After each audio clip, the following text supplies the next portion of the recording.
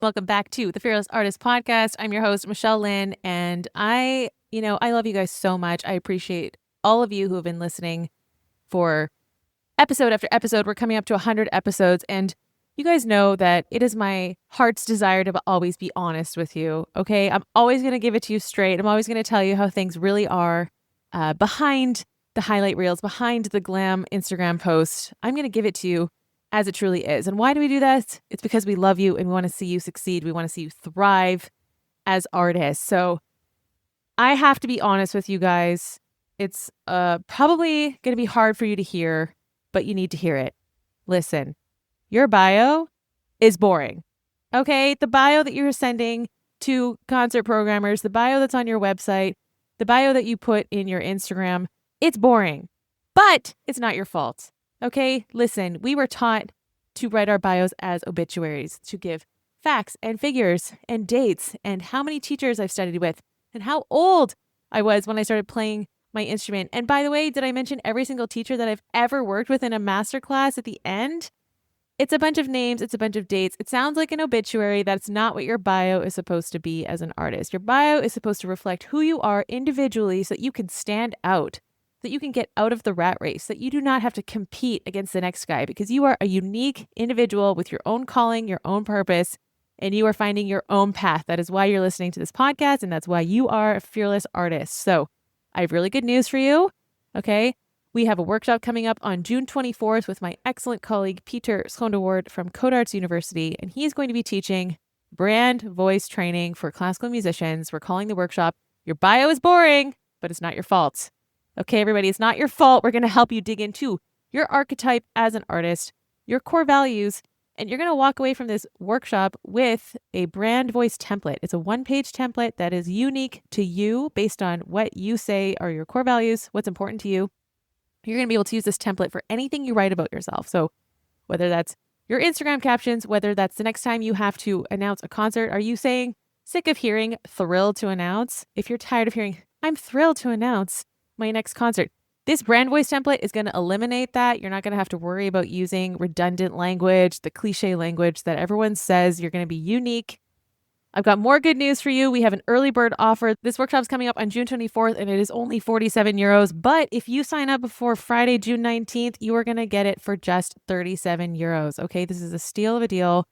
You are going to be able to use this brand voice template for everything coming up that you need to promote. You're going to get more butts and seats. You're going to sell more tickets. You're going to bring more people to stream your album. You're going to build a fan base, and a fan base gets you more income. And that is why we're here, to help you earn money as a musician.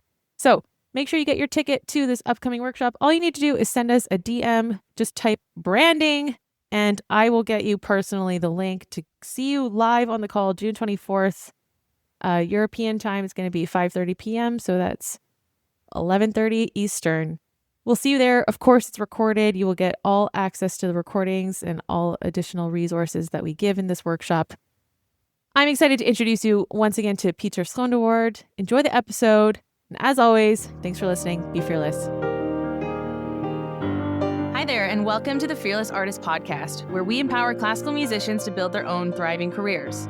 I'm your host, Michelle Lynne, and together with Deanna Petre, we teach artists to conquer the entrepreneurial side of their careers and create the futures they want. We are two freelance classical musicians who have lived and worked in Europe for a decade, and together we started the Fearless Artist Mastermind, a coaching company created to teach classical musicians how to overcome fear and take action on building their dream careers. In each episode, we will explore the intersection of artistry and entrepreneurship, teaching you the fearless mindset with practical steps and strategies to build a sustainable career. Get ready to build your own artistic brand, find a supportive community of musicians so that you don't have to figure out everything alone, and earn a living that you deserve. We believe that you can be a thriving artist and not a starving one, and we are redefining what it means to be a classical musician in the modern era. Pieter Schoonderwoerd, welcome back to the Fearless Artist Podcast. I'm thrilled to have you. Great to be here.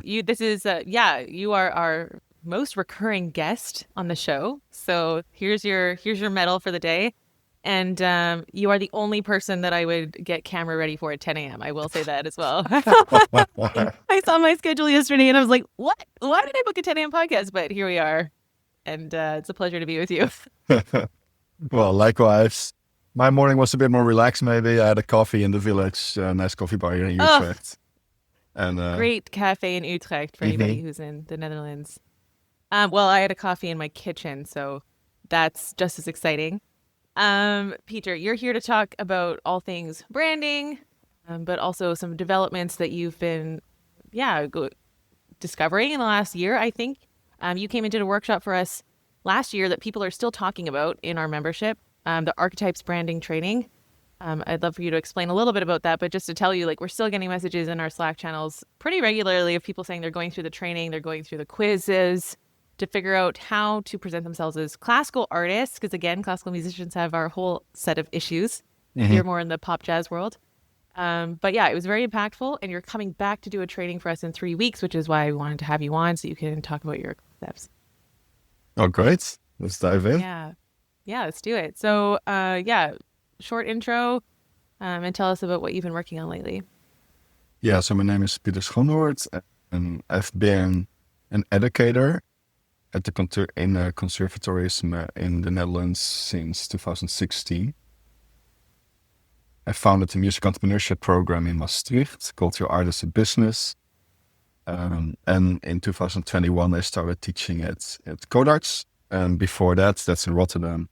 Before that, I worked basically since 2008 in the music scene in the Netherlands in different capacities. First as a drummer and as a drum teacher, and then slowly moving towards venue programming, being a venue director, working as a board member, doing fundraising for different festivals and organizations, and also for artists. And around COVID, I started also coaching artists. And I've been doing that now for 5 years as well. And I coach them mainly on their career and on their artist branding. So those are Yeah. kind of the two main pillars that I focus on with artists. And those can be pop artists from all ages, jazz artists, sometimes classical musicians as well, more and more actually. And even sometimes a wandering writer or somebody that Ah, unexpectedly pops up. So yeah. artists in general. Yeah, you are the definition of a portfolio career, which I think is great because you teach that in your curriculum. And I had the pleasure of being your colleague for 3 years at Mhm. Codarts. And yeah, I learned from you all this concept of really developing this portfolio career, knowing that it's okay to do multiple things, multiple income streams. You have multiple skill sets. I mean, the world would have suffered if you had just stayed a drummer, right? I'm just thinking about the impact that you've had on so many students, like decade in academia. I mean, it's just incredible the impact you've had. And the ideas are spreading. And this is really exciting because these are new concepts in different genres, but also crossing over to the classical world, which, as I said, we desperately need. So tell me a little bit about how you formulate, like the artist branding side, career coaching. Like, what's your approach when you start working with a coaching client or a student in the conservatory? Yeah. So for instance, when I'm coaching, I kind of ask them, first of all, what are their goals for this year? What do they kind of struggle with in achieving it? So we kind of think a bit about their career in different building blocks, right? So one of them could be, of course, your creative output. So is there a dream you have, something you've never done, a new project, a new collaboration, a release, a concert series, right? Starting your own concert series, like you maybe did yourself. So we kind of talk about what creatively would you like to do in 2026, 2027, maybe further on. But we also focus on, okay, are you making a living from music? So what are your revenues? And are you leaving maybe opportunities untapped, right? Yeah.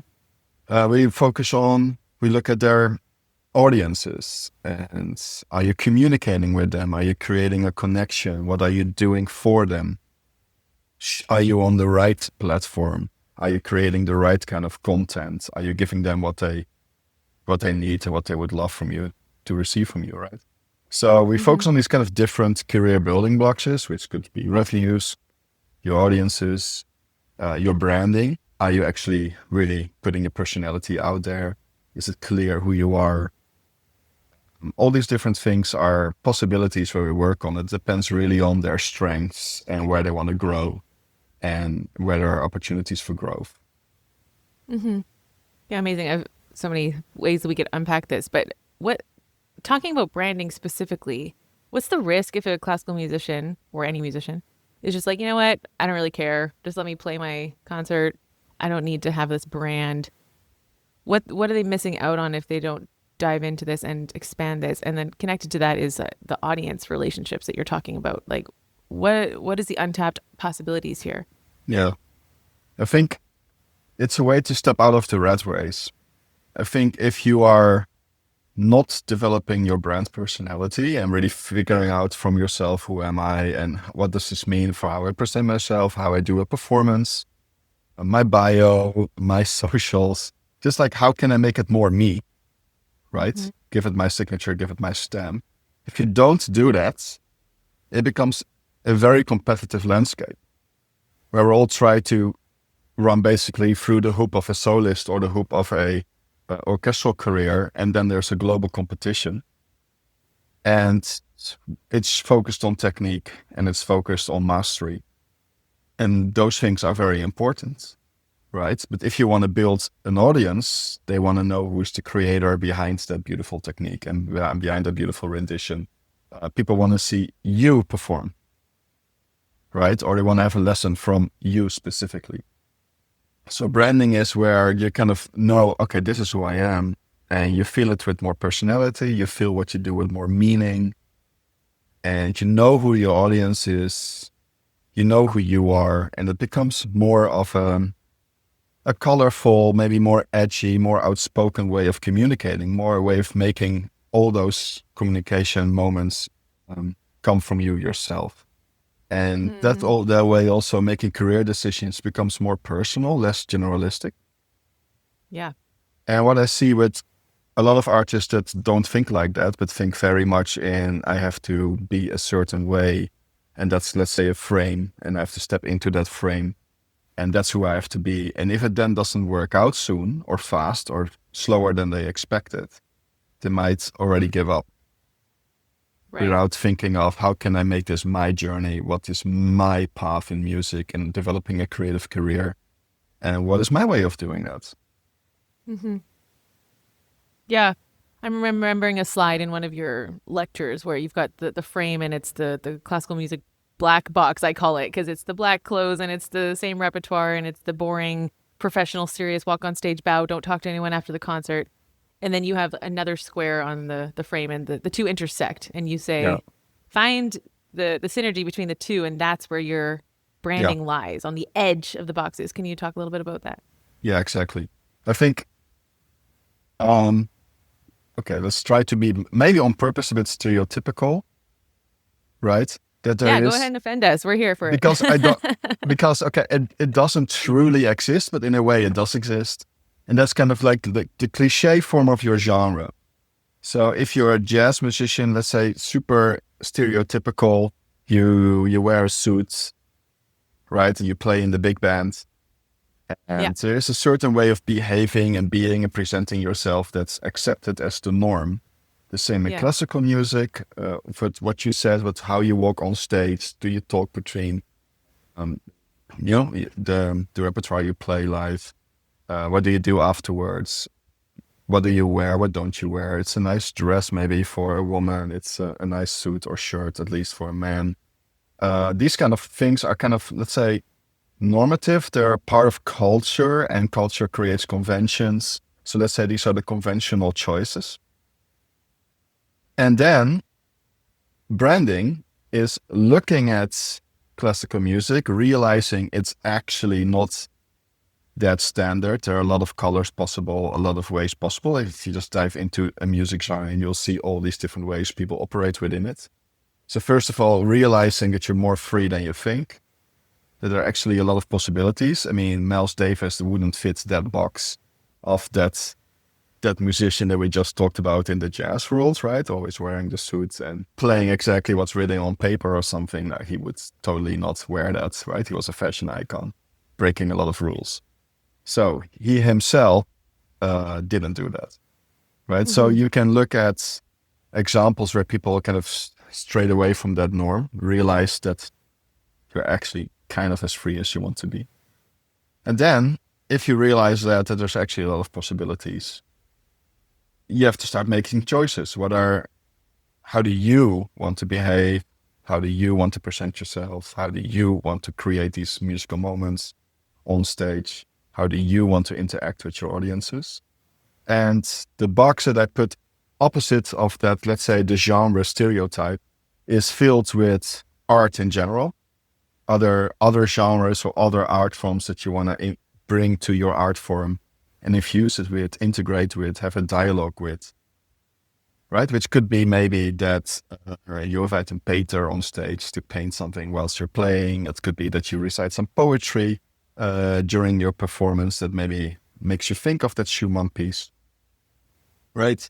All these things are suddenly possible. So you can just look art-wide and figure out where you think there's a beautiful connection from your taste, right? You can look concept at... Sorry. concert. Yeah. Yeah. No, go ahead. Just like the concept of a concert, coming up with different ways to present the music, I think is what you're getting at. Yeah. And if you have a passion for poetry or an interest in poetry, why would you not bring that to the table?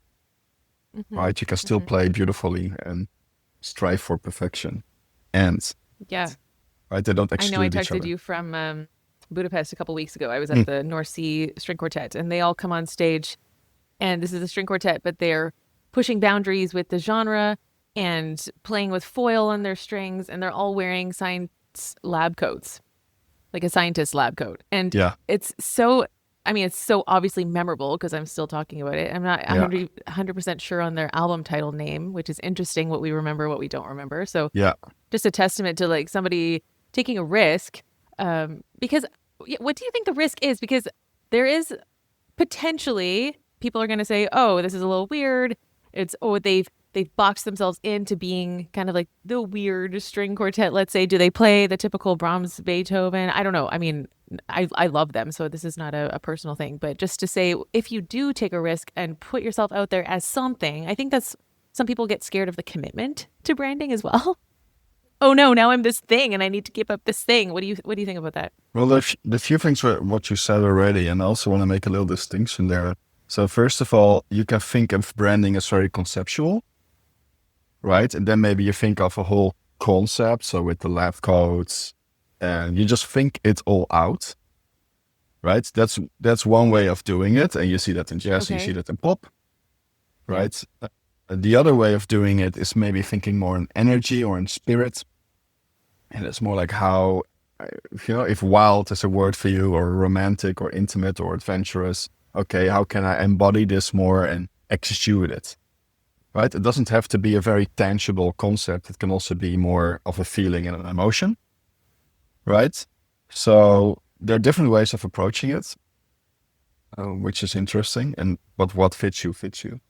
The other part is why you ask, like, what is the risk? I think, well, people are sometimes afraid to be different. And you have to first acknowledge that we have some basic needs, right? And one of our basic needs is maybe stability and safety, right? And belonging. Yeah. So if you behave like everybody else, right? You belong to a certain group. People know who you are because you exactly fit the mold of it. So people look at you like, oh, you're a classical musician, right? You wear the nice dress and you play and everything looks how it's supposed to look. It's very clear. So nobody will raise an eyebrow. Right? And that gives you safety. It gives you a sense of belonging, and we shouldn't underestimate that and the importance of it. So first, actually, you're sighing a bit, like, but it's also a calming feeling. And sometimes I ask artists I work with to kind of stand in that for a moment. To just be like, look how calm it makes you feel. And like, hey, you have a place to belong and a way of doing it that's accepted by everybody. And that's, that's an urge we have. That's a need we have. So let's feel that for a moment. All right, let's step into that. Okay, great. That is important. But life is about balance. So if this is one side of the balance, there's an opposite there as well. And the opposite is maybe that you also want to explore a bit. And you want freedom. And you want to discover new parts of yourself. And meet new people. And see where you creatively can go with an idea. And that will demand you to explore and pioneer and step out of that comfort, and step out of that stability, and step out of that identity and that safety that it all offers. And that's a balance. And some people can step 100% to the right and step into that whole exploratory identity, maybe still feel safe, and other people will feel very unsafe. So you have to kind of grow into that if you need more stability, and take maybe smaller steps. And maybe for you, it's enough that you are 80%, let's say, stable and 20% in this more exploratory mindset. And other people will I go like this a lot. 100%. Yeah. I like this a lot because it's saying baby steps. It's saying kind of try things, see what you like. I think you're also talking about authenticity. So doing things that feel aligned with who you are. You're Yeah. talking about what you're already interested in. If you mentioned poetry, so it's not being fake or putting on this persona. Because I know with the biggest pop stars, I mean, there's a lot of discussion around, how they rebranded Sabrina Carpenter, for example, is this, kind of pinup doll. That's recent. That's only the last couple of years. Previously to that, she wasn't. And maybe that's a testament to why she blew up so fast, because they really cemented her image of who she is, being short and having to reach for the microphone and like these little things to kind of implement this image of who she is. But that's also why she's so memorable. So I like what you're saying about exploring, trying different things. 20% doesn't have to be your whole overnight. You're something different. And I think with classical musicians, it's about, they need a lot of coaxing. It's like, okay, try this and see if it works, and you can always adjust as you go, right? Yeah, but I Yeah. also think it comes with the level of control that's demanded in your playing, and so I think also maybe that you need to focus so much on mastery of your instrument, on the craftsmanship, kind of brings with it this control, and maybe that will also kind of change a bit how you think about these things. I don't know. It's there are more things there somehow. That's true. And also, I hear a lot, including myself, that we know that our trained colleagues hear everything. So we don't want to risk them thinking. So it's coming back to what you're saying about belonging and safety. Because a lot of people don't want to share because so-and-so will hear and therefore judge and therefore think that I'm lesser than and that I don't belong. I think that's, if we follow the thread, that's how deep it goes. And I mean, I myself don't want to post certain things from, like, I play other genres, and I'm also searching for a balance of how much to share across the board, because I don't want to give this image that, oh, she only does that now because she couldn't insert my insecurity here, couldn't make it as a real classical pianist, right? So then she has to do other stuff. That's my own, things. And I think we filter in what we believe, we project that onto what other people might be saying if they see our content or what we're sharing or our branding or the website or whatever. And ultimately, I think all of us just really want to be excellent, because that's why we chose this anyway. I mean, that's why nobody spends this much time and energy investing in something if they don't really want to be good at it. Yeah. Yeah. We're good at it, right? So it's also kind of good to broaden that it and kind of figure out what's your it, right? There we go. Right? Yeah. What's your it factor? Yeah. So Okay, so maybe yeah. you can lead us into what you're going to be teaching in the workshop coming up. It's on, I don't want to say the date. I did just look it up. I think the 24th. June 26th, 24. Okay, there we go. It's coming up last week of June. Let us know. Yeah, what's the concept for this branding? All right. Branding training. Yeah. There's some branding concepts like archetypes, core values, these kind of things would have to do with kind of thinking about your core personality and finding ways to visualize that. Well, a lot of people will feel comfortable with thinking about their behavior on stage, and they might have ideas about colors that they like and clothes that they want to wear and these kind of things. So a lot of, right? So a lot of people feel comfortable and work mostly on their visual identity, I would say. How is my hair? What do I wear? What do I say? And I think an aspect of branding that's a bit less worked on with people is actually, how do I write? So how do I express myself with words? So what we're going to work together on in the workshop is kind of finding your brand voice, which starts with what kind of words do you use, right? And then we can slowly talk a bit more about, okay, if this is your personality, if this is important to you, what would you talk about? So what kind of topics would your archetype of your brand kind of talk about? What comes natural? How would you do that in a professional artist bio? How would you do that on socials? What are kind of words that ring true to you? And what does this mean for your writing style? So do you have long sentences, short sentences? Do you follow all the official punctuation rules or not?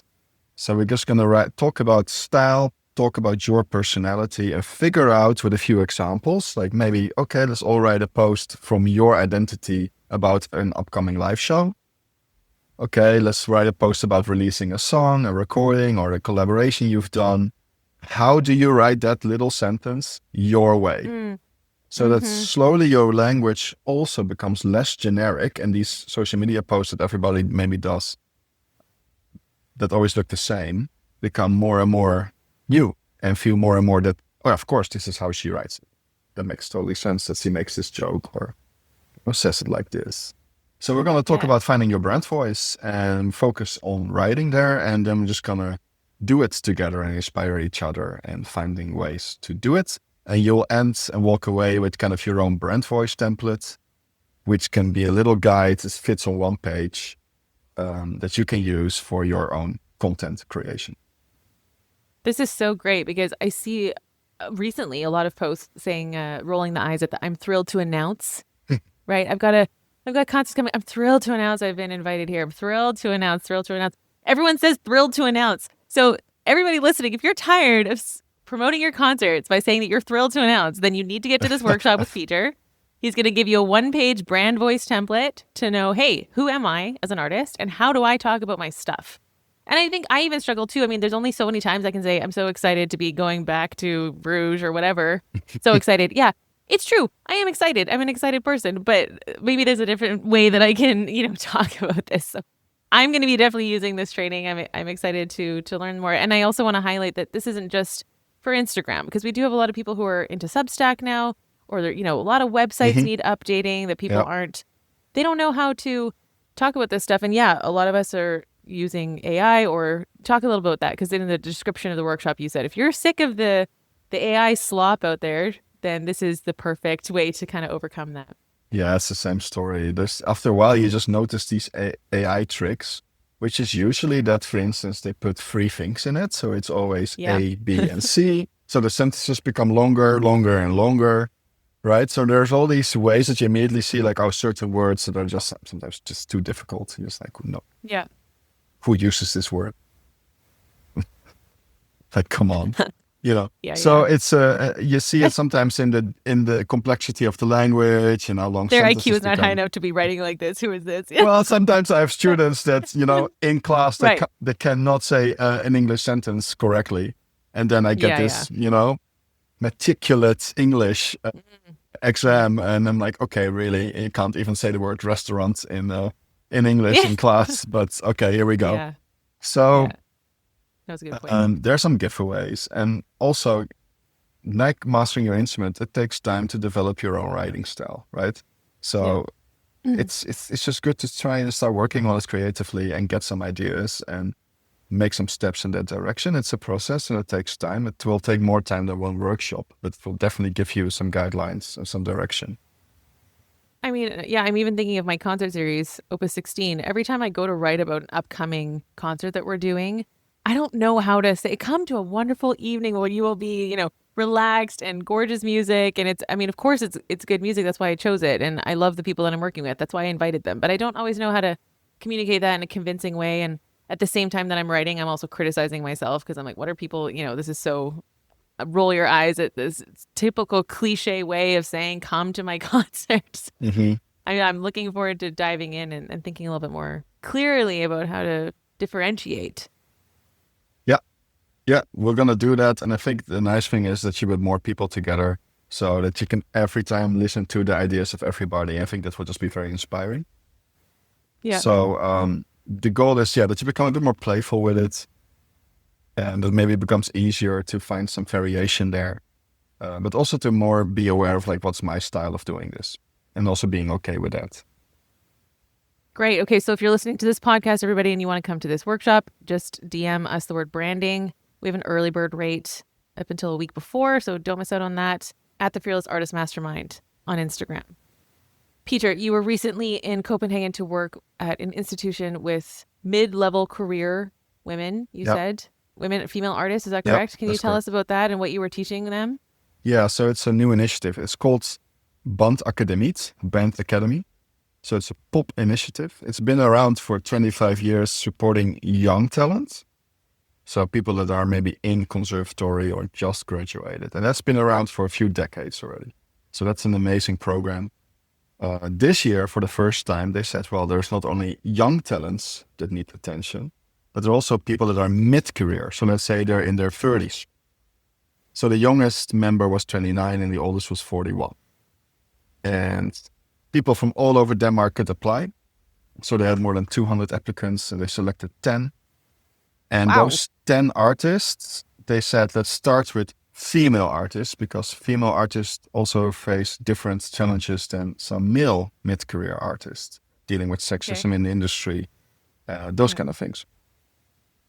So they went first for the first edition of this program with 10 female pop artists, however they want to identify, of course, in Denmark. And the program was hosted in Roskilde, which is half an hour away from Copenhagen, basically where also the Roskilde Festival is. And there I worked with them for a day, so a full day workshop. And the focus was audience, so building your audience, building a fan base. It was pretty intimidating because they're all doing it for, let's say, 15 years or more. So of course they know what they're doing. They're professional artists. And then you come in as a coach.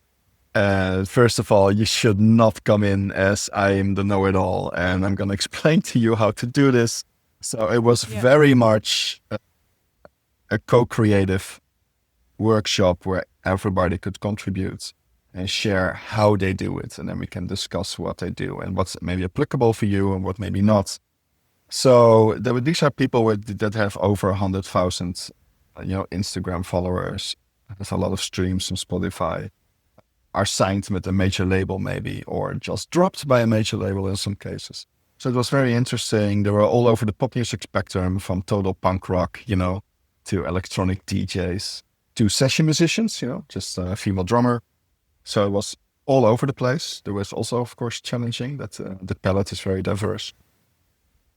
Yeah, and then the question is, well, what do you work on?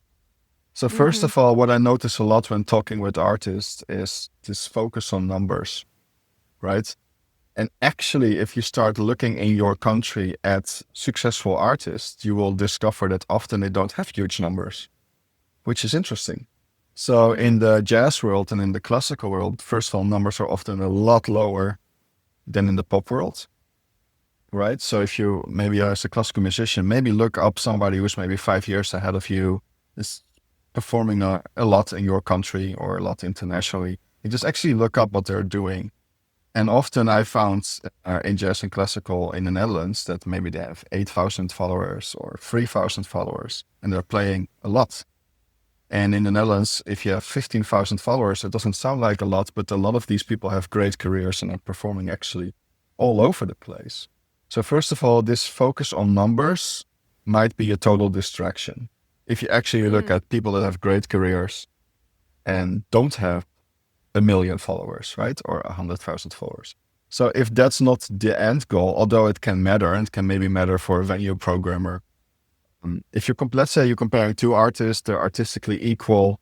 One has a large fan base, one doesn't. Yeah, okay, who do you book? Maybe the one that has 50,000 followers more. That could be a reason as a venue, for instance, to book an artist, maybe a deciding factor. But it's not the goal and the end goal of everything. So maybe besides quantity, it should be more about quality. And it should be more about connection and how do you communicate people? How do you activate people when you maybe need them, right? For a crowdfund or for an album release or for a tour that's going to happen. Yeah. So and we focus more on that. Mostly, were they, DIY or they had managers or where were they at? They were actually all DIY because the one that was with the major label got fired from it, got dropped, as we call it. And because basically they wanted this artist to sing in Danish, because English is a smaller market in Denmark. It's the same in the Netherlands. If you sing in English, it's actually quite difficult. Okay. in a way. And it's hard to go from a English singing Dutch artist or Danish artist in that sense to maybe the UK or America, because there are a Right. lot of English singing artists there. So that's kind of interesting right now. It used to be sing in English maybe 30 years ago, and now actually it's very much singing your own native tongue. So we were talking a bit about that as well. Okay, you've been with the label for years, and now suddenly you have to do it all yourself, right? Interesting. Both liberating and it's of course scary if you're in her shoes. So what were some of the ideas when you're talking about whether you have a small or large fan base, activating them? What were some of the things being shared? Yeah, so we mostly focused on kind of thinking in strategies. So for instance, if you have a release, do you have a strategy for getting people to your streaming platform? So DSP strategy, or if you want to call it like that. It's like, how do you do that? When do you do that? What's your way of doing that? So we kind of talked about getting people off TikTok to your Spotify account, or if you're not on Yep. Spotify because you don't like Spotify, right? Are you maybe on Tidal or whatever? Yeah. A bit more ethical platform maybe. Fan deepening strategies. So let's call that community building or connection, whatever you want to call that, but focusing on the relationship side of it. And are you offering people a chance to grow with you? Are you only on Instagram and everybody sees the same content? Or are you maybe having a Substack that feels more personal, and that's the next level where people can go with you, or a newsletter, or a WhatsApp community, or an Instagram community? What are you doing to create that next level of connectivity between you and a fan? For the people that want to grow with you and want to get to know you better, and want to feel maybe a bit more exclusive and get a certain perk, the news first, an opportunity to attend a special concert first before everybody else in the world knows it. So we talked about these kind of different kind of strategies, like fan deepening or DSP, and there are a few more of those. So we would just talk about it. Do you do it? How do you do it? And we talked about different moments, like a live show or a release, of working with your audience and having different goals with it. Mm-hmm. What are some of the strategies that you heard that are working? Working. Yeah, it's very Because, diverse. okay, just if I Mhm. speak personally, I mean, I've Yeah. been at this for a while now, trying to grow my following, and with limited success, I would say I've been at the same numbers. And so at some point you're like, oh, I got to post more, I think. But I don't want to piss people off. I don't want people to get sick of me.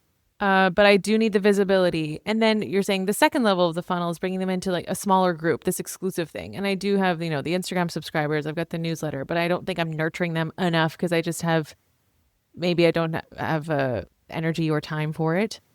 I could be clearer around that if I knew that it was worth it. I think that maybe is where a lot of us get stuck. But of course, you can't guarantee that it's going to work, but just what is the vision or the motivation to know, yes, at least try this and give it a good shot. We've got one of our clients in our mastermind. She's trying to build her Bandcamp subscribers.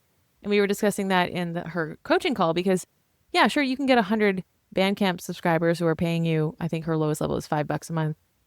No one's going to say no to $500 of passive income a month. But at the same time, you can't live off of $500. So do you want to spend thousands of hours pushing to get people onto your Bandcamp for just $500? You could go play a live show for twice that. So how do you know, what are some of your advices when people are asking you what's the right path? Yeah, it's very difficult. I don't think there's the right path. So it's a very difficult question. For them, I mean, obviously individually, when you're searching. Yeah. I mean, it's a bit scary because right now what you're seeing is some people posting like, hey, I got, let's say, a bit of a momentum with a release, but I posted 150 Instagram posts for this, or 150 TikTok. Really, huh? To Yes, promote I one believe you. single. And then you're like, yeah. 150 pieces of content to promote your, well, in this case, a single, I've seen right? music, directors telling you, like, post 150 times with the same song, and one of them's going to go viral and blow up, and then that's your lucky ticket. That's your golden ticket. Yeah. So for me, that's somewhere you have to draw the line, right? You have to be like, is this worth your time, right? Is this it? Because also streaming doesn't earn you a lot. So if I know, I got my I mean? payout last month. It was like $5. Yeah. Yeah. So we're actually talking more about what is actually a more interesting platform? And Instagram, I think if you look at the general engagement rates for the music industry right now, it's so low what people get on average, like people actually engaging, right? So commenting, sharing, liking, etc. It's so low, it's less than 2%. So you post something and 2% of your followers might react. For some people it's more, for some people it's less. So maybe you have a good post or a bad post, but if that's now the average globally, that's extremely low. So it seems that Instagram is making it less and less personal, our relation to our fans, right? And the same with TikTok. It's been proven that virality even is very hard to turn into fandom, right? Into people leaving TikTok and going to your website or your Bandcamp or your streaming or whatever your goal is, right? So it's becoming harder and harder. So in that sense, if you think of monetization, revenues, interaction with fans, maybe YouTube is a better guess than Instagram and TikTok because there's more monetization ways, right? A lot more than on Instagram or TikTok because of, super chats and donations and memberships and all these possibilities that YouTube offers.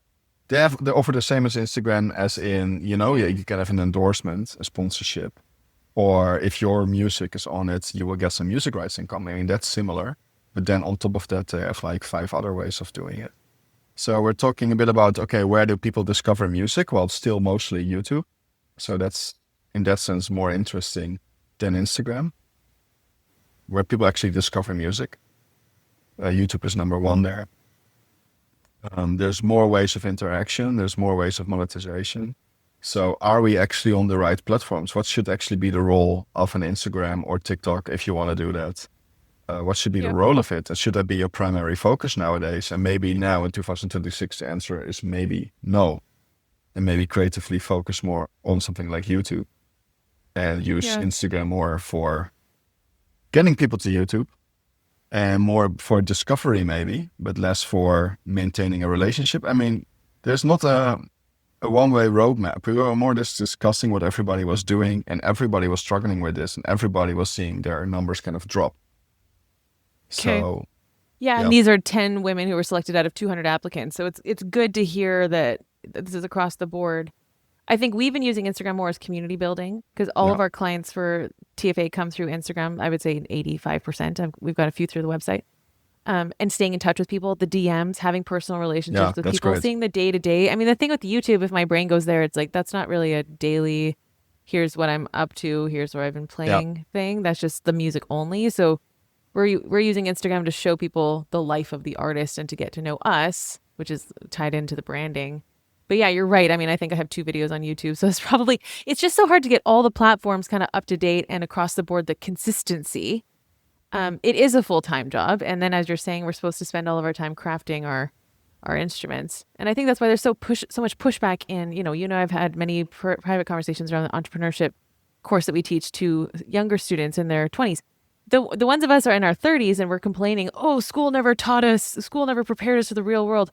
But when you're in your bachelor, you don't really have time to think about the real world because you're so busy just trying to A, practice, B, figure out how to gig, work with other people, chamber music. I mean, it's just a lot. There's a lot happening. That's true. So you finished up with Copenhagen with these women. What were your big takeaways from that day that you had with them? What did you bring back with you that you are implementing? Well, it was more maybe with your own coaching clients or I was more the working style that I was really interested in, working with people that are on top of their own career and doing really well in their niche, right? So I really wanted to focus myself on how do you work with a group on a complete co-creation equal basis. So I was trying to never stand, for instance, always just sit on equal eye level with them, work maybe more in an activating sense or less sending. So but for me, it was more the takeaways was in how do you work with a group of 10? How do you work with people that are your age? And how do you do that in a way that feels for them respectful, activating, and not like a teacher in the classroom? You know what I mean? Yeah. And in the end, we did a circle where we all shared what we got out of it. And what stayed with us. And actually, a few of them said that they really appreciated this. So I didn't tell them that that was my focus point. I just was trying to work on it. And they said that they really appreciated how we worked on it and that they really enjoyed that way of working, that they felt very involved and taken serious. And that was actually for me the main goal in that workshop. So of course you want to help them. And it was also for me a way to work a bit differently maybe and try to make a step there as a coach. Yeah. Great. So what's coming up for you? I know you've got always 10,000 things on the stove at the same time. So you do have an archetype ebook that is extremely helpful. People can get a copy of that on your website, I think. Yeah, true. Right. Always look on the brand side of life is the website. Yeah. Yeah. Okay. So it's just an archetype. What's the title of it? Archetypes for musicians. It's actually called Archetype Branding for Musicians. Archetype Branding for Musicians. These are the 12 archetypes from Carl Jung. You go through step by step, page by page, giving artists as examples from the pop music world about which archetype they fit so that people can kind of get a better understanding. What else is going on? You've got fundraising stuff. You've got your coaching. I know the academic year is wrapping up right now. So yeah, what are you looking forward to? Well, May was my month with 2 trips to Copenhagen. June is my month of finishing a fundraising project, in this case for an artist who's planning an album release and a tour in the Netherlands and also internationally. So I'm doing all their fund applications there, which is a lot of fun. It's for a quartet. All exams are coming up. So these are my last 2 days of freedom. And on Wednesday, the first deadline starts.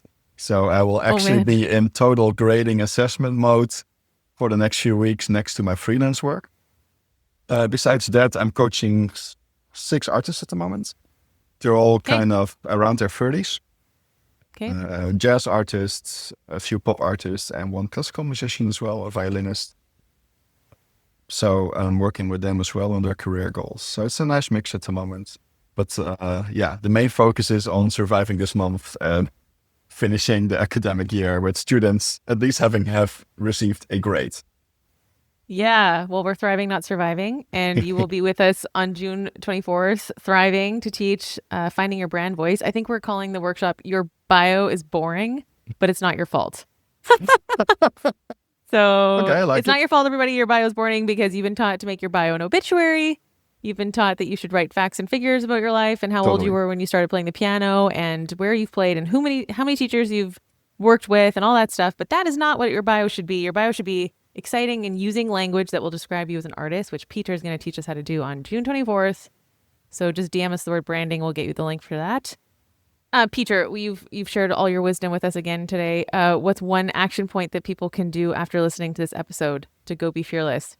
Well, for the workshop, it would be great actually to dive a bit into your archetypes and maybe also core values. So Google that a bit if you are not familiar with it. And think of a few words for yourself that best describes you. So maybe think of 4 keywords that are for you very important. So if you feel like I'm an adventurous person, or I'm into intimacy or romance or mystery or nostalgia, think of what are words for you that best describe your personality. And then in the workshop, we'll work on how you bring those to life. Amazing. So find your archetypes, find your core values, sign up for the workshop on June 24th. Pieter, it's been a pleasure as always. Thank you for the work that you do for artists and for helping us be our own unique voices. And yeah, we'll see you soon on the 24th. Let's do it. All right. Thanks everybody for listening, and we'll catch you on the next episode of The Fearless Artist. Be fearless. Thank you for listening to the Fearless Artist podcast. If you found today's episode inspiring, hit that subscribe button and don't forget to share this podcast with a friend. To join our membership or one of our coaching programs, visit our website at thefearlessartistmastermind.com. This episode was produced by Pokey Huang at PH Media Studios in New York City. We're Deanna and Michelle, encouraging you to create your own opportunities and to go after what you want. You have what it takes to build the career of your dreams. Until next time, be fearless.